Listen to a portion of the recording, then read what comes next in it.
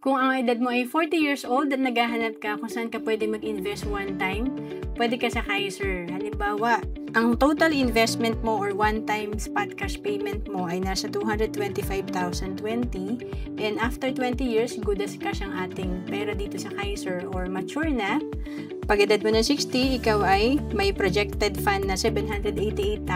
Pag hindi pa natin kinuha ang ating fund after 20 years, patuloy pa rin mag-grow ang investment natin at may healthcare pa rin tayo magagamit. Kaya dito, pag in-extend mo pa for another 5 years, ito ay nasa 1.2 million na yung projected fund niya. Mas lumago kasi nagko-compound lang ang interest at hindi nagde-negative ang investment natin. Ang Kaiser ay 3-in-1. Marami nag-i-invest dito kasi level 1 investing. 3 na agad ang meron ka. Investment, healthcare, at life insurance. At kung OFW ka, pwede ka sa Kaiser. We have online application.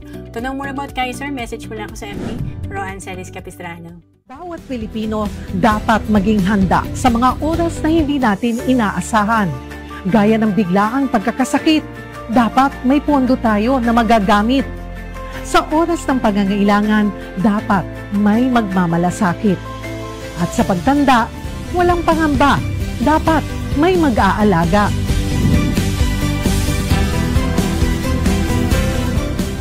Ganyan mag-alaga ang Kaiser